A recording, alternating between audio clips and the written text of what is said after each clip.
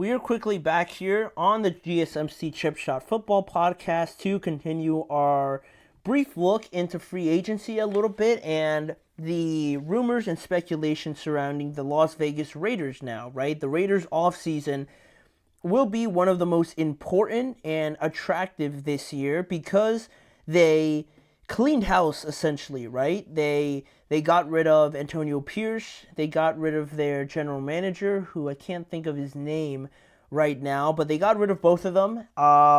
They got Tom Brady in there, a lot more involved in this rebuilding process. As a minority owner, he seems to be very hands-on. He's allowed to be hands-on with this whole process, so they got that going for them. They also got a lot of money to try and fix as many spots as possible this free agency, and they have one of the biggest questions to try and answer as well at the quarterback spot. So a lot of things to get to, a lot of objectives on their to-do list, but I think we can't move too far off of that quarterback spot, right? Because the Raiders simply can't go through another year with just these filling guys, these kind of just temporary options, these band-aid options right at the quarterback spot.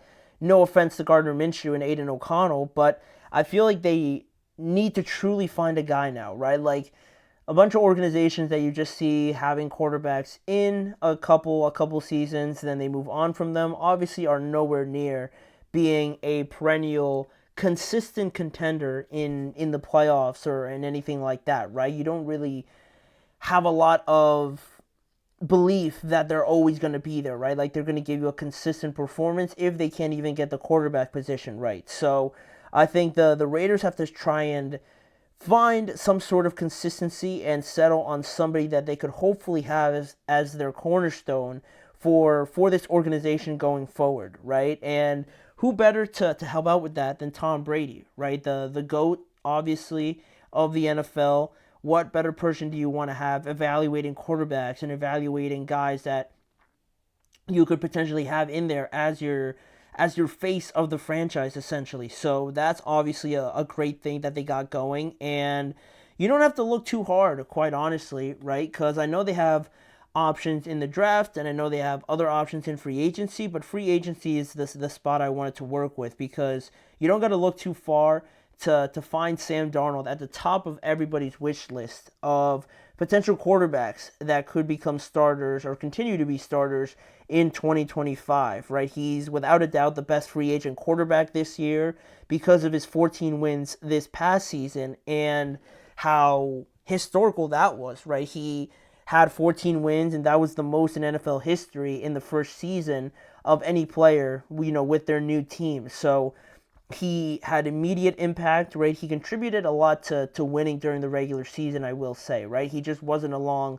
for the ride. He made a couple of nice throws, and he managed himself very well, I thought, in the regular season. So he is, without a doubt, the quarterback that I think a lot of people will be trying to go after. And it was almost exactly a year ago from this recent report from ESPN that we heard around March time last year that the Vikings were interested in bringing Sam Darnold in. And look what a year brought us, right? How our mind and perception of Sam Darnold changed pretty drastically in just a year, and how things worked out for him this past season is kind of crazy to think about. But now, a year ago from that, you have ESPN linking him to Las Vegas. ESPN's Adam Schefter said on the Super Bowl pregame show that he feels that the Raiders will have an interest in bringing Sam Darnold in, while Minnesota still has options and they're still mulling over their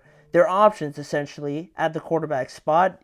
Adam Schefter believes, I'm sure because of stuff that he's hearing from a couple of sources, that the Raiders would certainly be interested in a guy like Sam Darnold. And that seems to me like an interesting fit for Sam Darnold, somewhere where not an interesting fit, but somewhere where I think would be an ideal fit for Sam Darnold if he isn't going to return to Minnesota, and they still got that franchise tag option if they want to do that. But I don't really feel they'll do something like that to Sam. I feel like, because Kevin O'Connell said something recently on the Pro Football Talk interview that he did during media week, right? He said how Sam Darnold has earned the right to become a free agent, right? So I don't feel like they're just going to say, you know what, we don't want you to go anywhere, so here, you're just going to stay with us one more year. We're putting the franchise tag on you, so that's pretty much going to be the end of the story, right? I feel like they got love for him. I feel like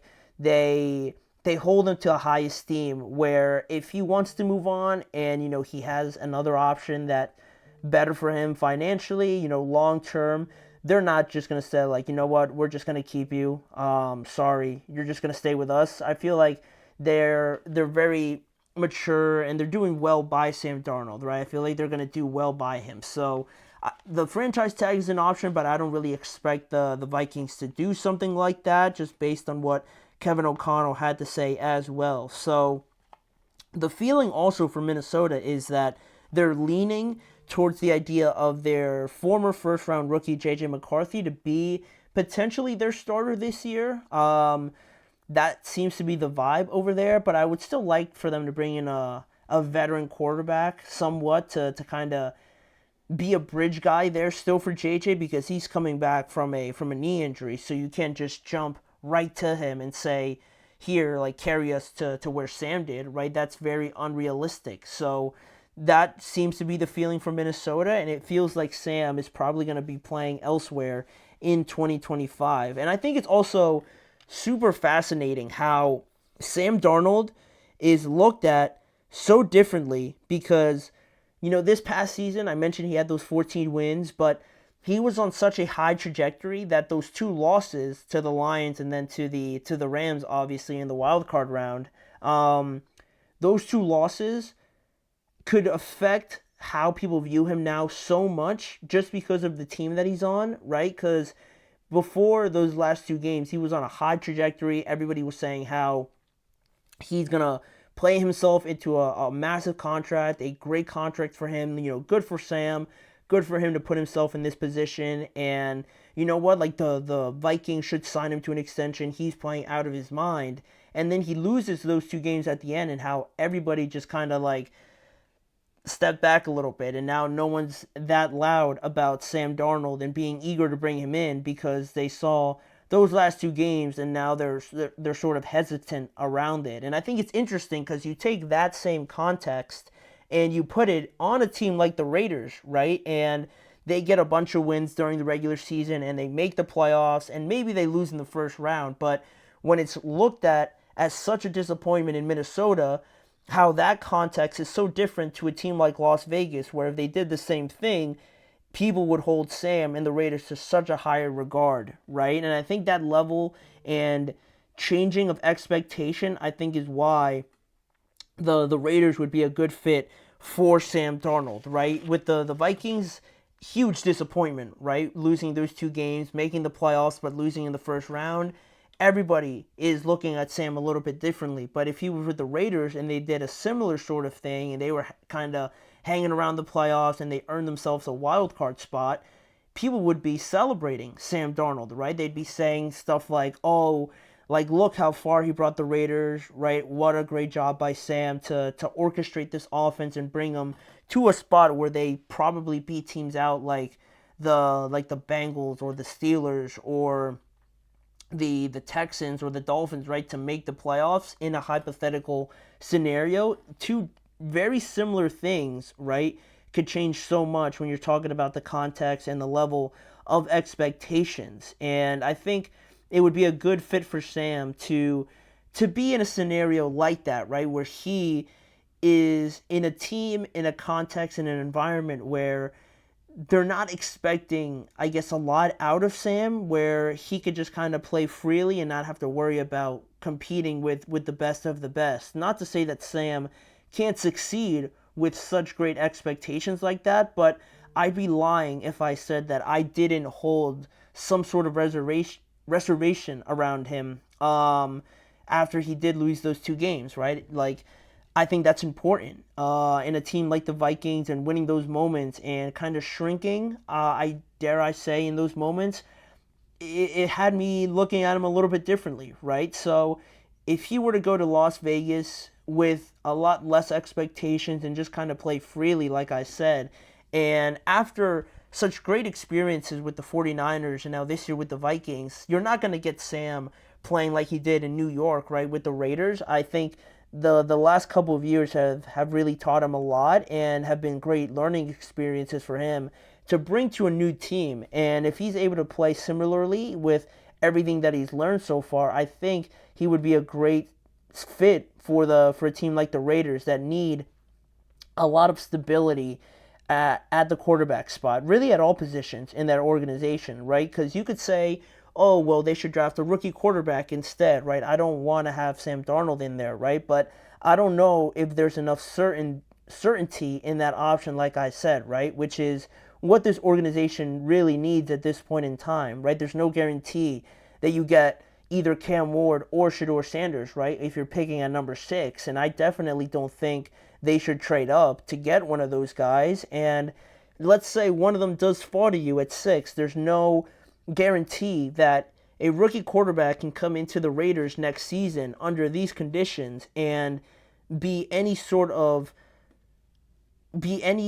near the level of like a Jaden or a CJ Stroud, right? That's not going to happen. So instead of doing that, why not sign a guy like Sam? I think would be the perfect fit, like I said, and build around him. You know, he's got the experience. He's been into some very bad situations like the Panthers and the Jets already. So he'd know how to deal with scenarios like that. He just came off of a very successful season, so he could lead these guys in that direction, everything he learned from last season, and build around him and really build some sort of foundation for this organization through free agency, through the draft. And then in a couple years, maybe after Sam Darnold, or even during this Sam Darnold period with the Raiders potentially, then you could start thinking about bringing in a quarterback. But there's no way that I think that bringing in a quarterback now, it's going to turn the Raiders into something tremendously different than if they did have Sam as their quarterback. So I'm feeling like